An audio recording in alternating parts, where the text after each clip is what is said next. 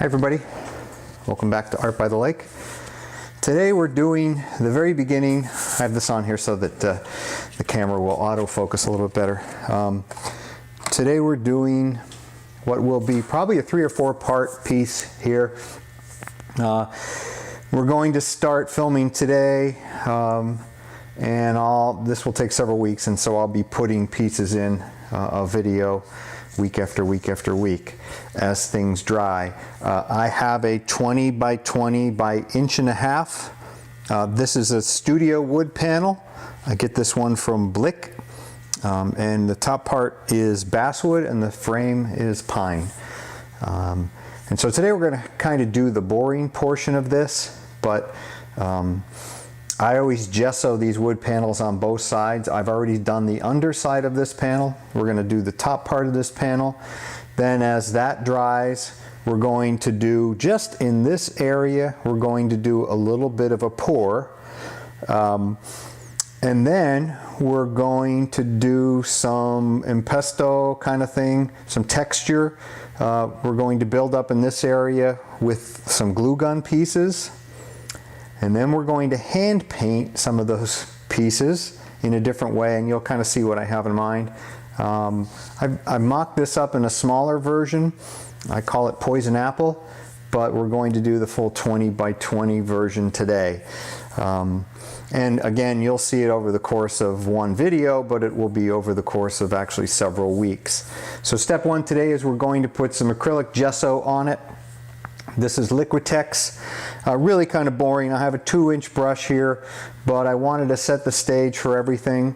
I also want to let everybody know we're going to be using a lot more time lapse to speed up the parts that are kind of boring, to time lapse them so that you can sort of see the progression as the colors move around the painting.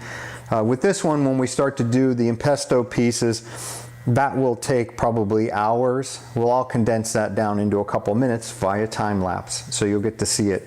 You can't see that I have put painter's tape around the edge of this. It's an 1.5 inch profile on the sides here. I don't really want gesso on them yet. I haven't really decided, so rather than just go ahead and paint the whole thing, I'm not sure if I'm leaving the sides natural wood or if I'm going to paint the sides black. Haven't decided that yet. If I do decide to paint them black later, I will gesso it and then paint it black. And you'll see there are several steps in this after I do the impasto that we actually have to gesso it again, just to get the paint to adhere properly. And the whole point of doing gesso or primer on these things is to keep them from cupping and racking. The wood is not always stable, especially when you pour. We're going to pour up here. When you pour a lot of paint on it, that moisture soaks in. So as you see, it's just big 20 by 20. I've already got some gesso on this. I'm going to start, and I'll probably do this, and we may push it into time lapse, we may not. It doesn't take all that long to do. You can pick this up at any art store or anywhere online. I have been shopping a number of different places online and in person, so I have some deals. If you're interested where I get these things, you can certainly email me. The place I get these isn't sponsoring me in any way, so I just kind of get them where I can get them. So, got a 2-inch brush. You can do this a lot of different ways. If you've watched any of my videos on applying gesso, you can put it on and sand it. You can do multiple things with it. It depends on the painting you're doing. So for me, if there's going to be fine texture in the painting, then I will put on multiple layers and sand them. If in the case like this painting where there's going to be all sorts of texture laying on top, you really won't see any of the brush strokes in the gesso. I will probably just do 1 coat, unless I see something that I'm worried about or concerned about. I'll probably just do 1 coat, let it dry, and then begin the painting fun. There is black gesso. You can also tint gesso pretty much any color you want. I tend to just go with white, depending upon what you're doing. Sometimes black makes more sense.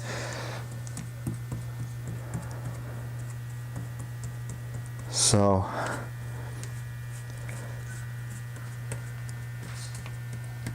If you listen carefully, you can actually hear the snowplow outside because we had over a foot of snow last night in the Northeast, and the plow guys are still out there working. So we have heated up the studio, which is actually the garage.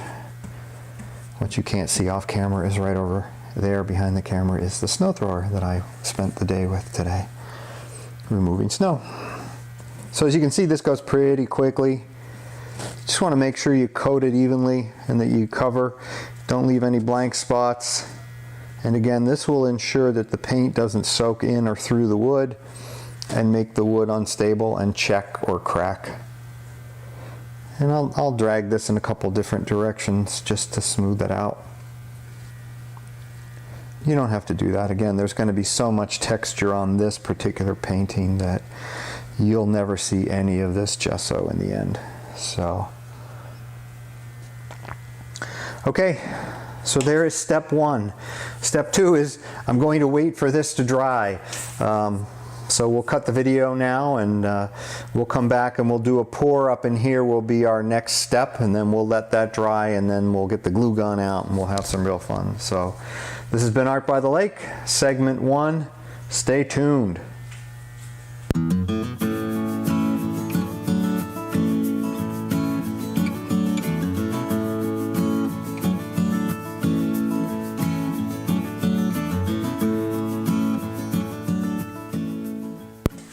Hey everybody, welcome back to part 2 of our multi-part painting here. Today we'll recap a little bit very quickly. So we did a 20 by 20 by 1.5 inch deep hardwood board here, and we gessoed it yesterday actually. Today we're going to pour up in this area only. I'm not worried about getting the rest of this. We'll get the rest of this later. And we're doing a 2-color pour. What is right here will actually be the upper right corner. You're looking at it sort of upside down, but for now it really doesn't matter. It's just a little bit easier for me to do. We're doing a 2-color pour. We're doing black and white. I want the white to come out last, so I'm going to put the white into this cup first, followed by the black. And I don't want a lot of white. I'm going to follow up with the white, and you might see that in the time lapse. So let's just get it going here. I'm putting the white in first, again because I want the white to come out last. I'm putting the black in last because I want it to come out first. And this is my normal paint mixture. If you've seen me do this before, it is 2 parts Floetrol, 1 part paint, 1 part distilled water. I'm going to put in a lot of black.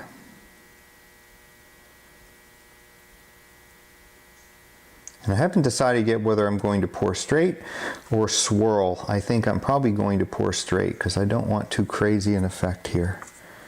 So, without further ado, I'm just trying to find where will be the center of what I want this to be, which is about here. So away we go.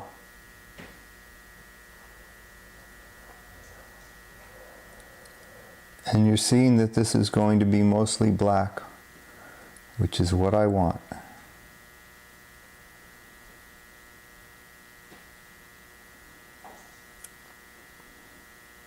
There's no cell creators in this, so there's no silicone, there's no anything. So here comes our white.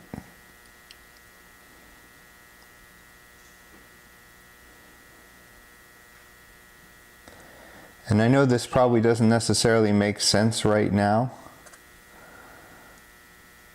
but this will make sense later on. You will see.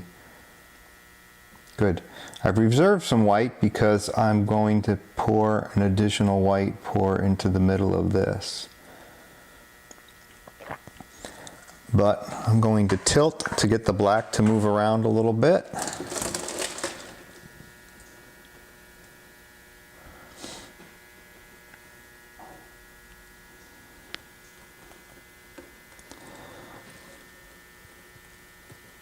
And to stretch it out.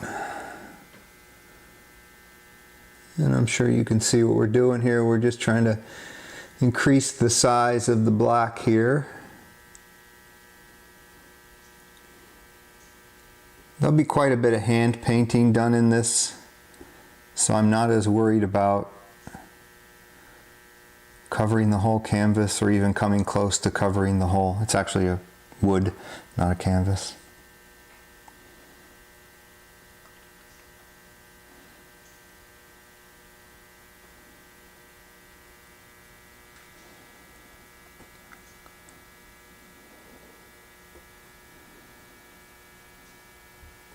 I also want the black to be thinner, so as you can see, I want to stretch that black out quite a bit.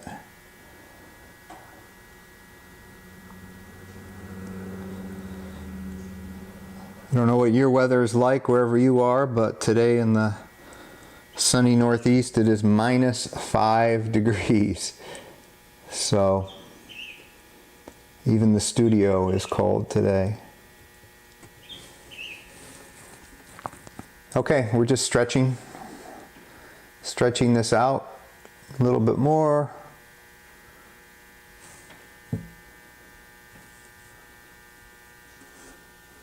And again, I'm not terribly concerned about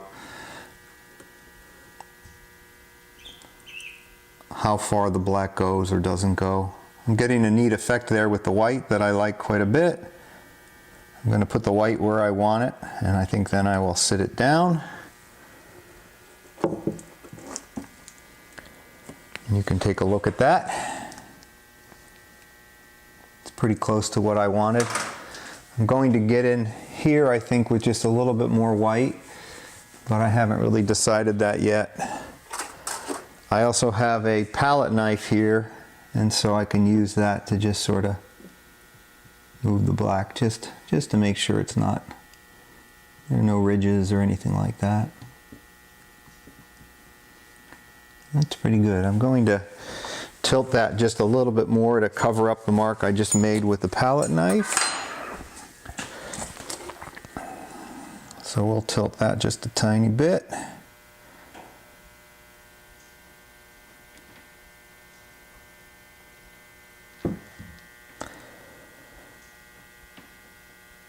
And then I'm going to put my white back where I want it. You can see it's pretty flexible here. You can move things around quite a bit. Put them where you want them. Okay, I think that's all we're going to do today. I'm going to mess around. I have some extra white here, and I'm probably going to get into this area and mess around making sort of a, I want to make sort of a globe in this area if I can do that. We'll see. I'll put it on time lapse for now. So thanks for tuning in. This is part 2. Part 3 will involve some craziness going on in here. So stay tuned after this dries. Maybe next weekend we'll start part 2. Thanks for tuning in.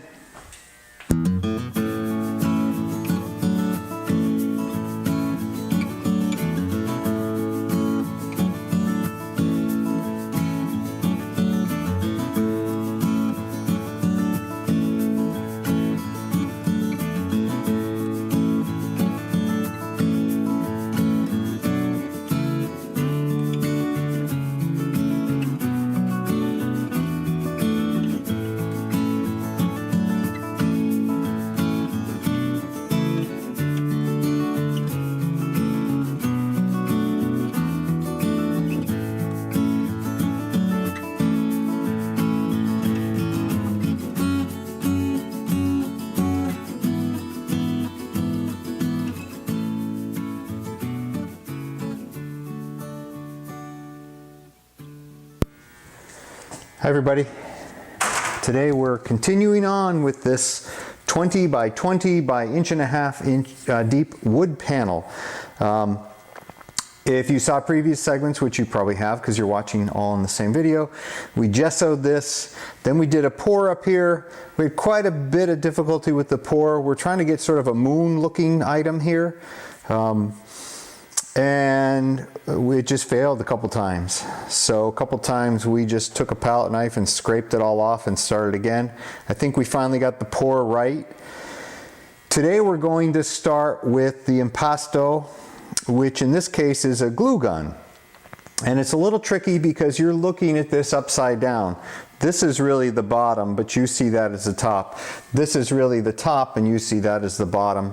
I'll flip it around here at some point in future segments because in this one, the orientation is important. Normally, I can just work on it upside down and it doesn't matter.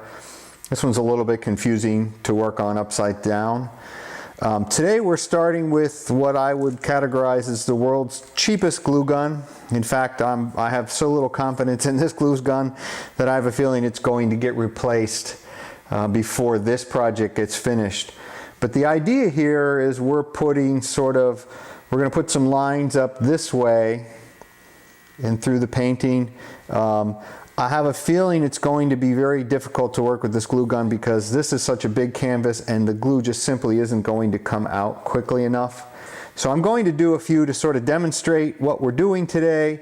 I'll try to do some on time lapse and see how far I can get with it before my finger gets too sore. This was a 2-for-1 glue gun online. I can tell you glue gun number 1 is already broken, so I have a feeling in today's project this one will break. I'll get a more sizable one or more reasonable size one to finish this big panel. But basically what we're doing is we're going to start putting some lines up from the bottom down here, and we're going to go this way. And like I said, I don't think the glue is going to come out quickly enough in this case, but so far not bad. And it doesn't really matter how straight or how thick or how thin. We're going to put so many lines in this that it really won't matter. And glue guns, if you've never worked with them, they leave a little tail. They also get hungry for additional glue. So in this case, I'm feeding it. So that's the first part of our video. Stay tuned, we'll continue on with it.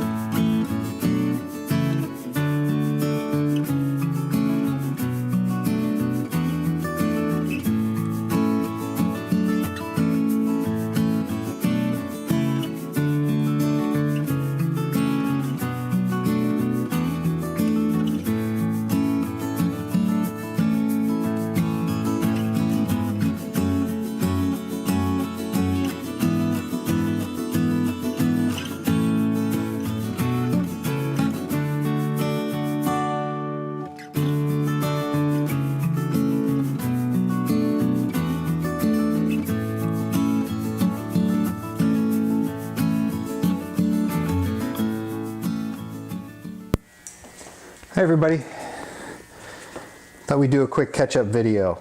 If you recall, we've started this 20 by 20 by 1.5 inches. This is wood, you can see.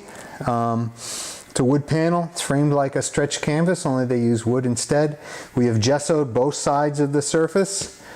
We did a pour that I had some struggle with to try to get sort of a moon-like looking thing up here, and we're still going to work on that.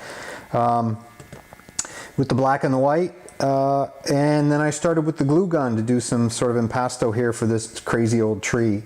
If you remember Last time we were on, which is probably right before this video for you, we ran out of glue sticks. So I had to go get another 120 glue sticks. I went through over 50 glue sticks to do this. So if you're going to attempt something like this, that's the ballpark amount of glue you'll need. So in the meantime, it took us a couple days. We've got some more glue stick. I'm going to kick back in and again start working on this.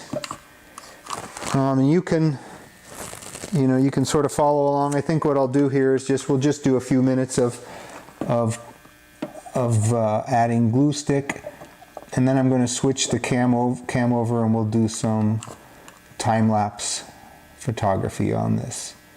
But you get the idea here. We're doing this big gnarly old tree, and there's lots more steps coming, and we will follow along with those, and I'll do a little intro video for each one, and then we'll probably do some more time lapse, because this painting involves a whole lot of just lengthy processes that take a while to do. So you get the idea there. I'm going to do some more glue stick. We're going to take it up in here and sort of complete the tree. We'll enhance some of these branches. This one's going to be called Poison Apple. So I'm actually somewhere out in here, I'm going to add the apple to be painted later, but you get the idea. So thanks for tuning in to the next phase of this poisonous apple painting. So stay tuned for a little time lapse, and then we'll jump back in with the next video.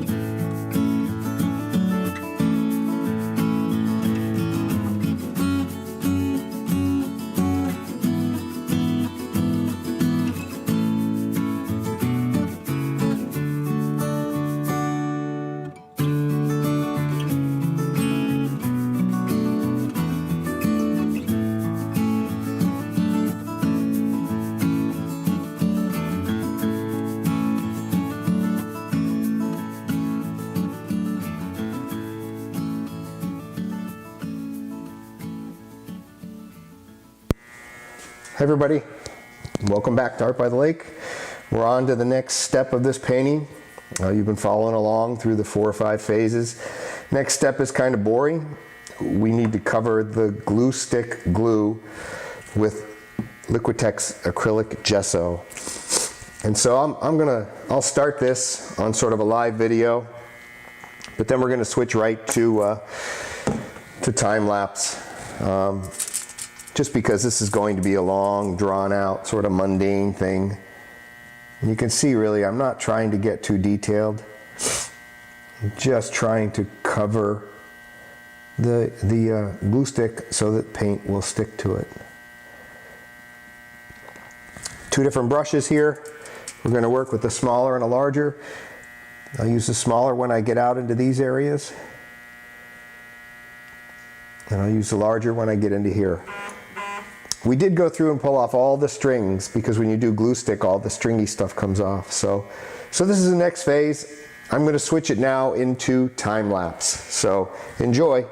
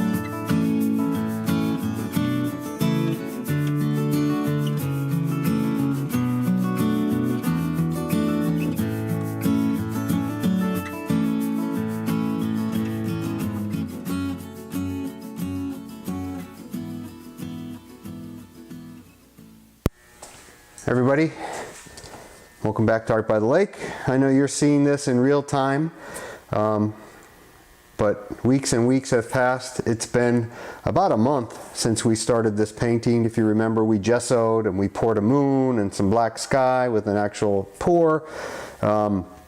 We did time lapse of most of the glue stick up in here for the heavy texture. A week or so ago we painted the gold. This is just Artist Loft metallic gold that we've painted sort of roughly on top of the glue. Today we're going to follow back with some more Artist Loft, and this is just simply black. And we're going to, everything you see that's white, we're going to fill in with black. And we're going to use a watered down version as we get around the tree, because you can see we have quite a bit of white poking through the tree, and we want that to be black, but we don't want to cover up too much of the gold.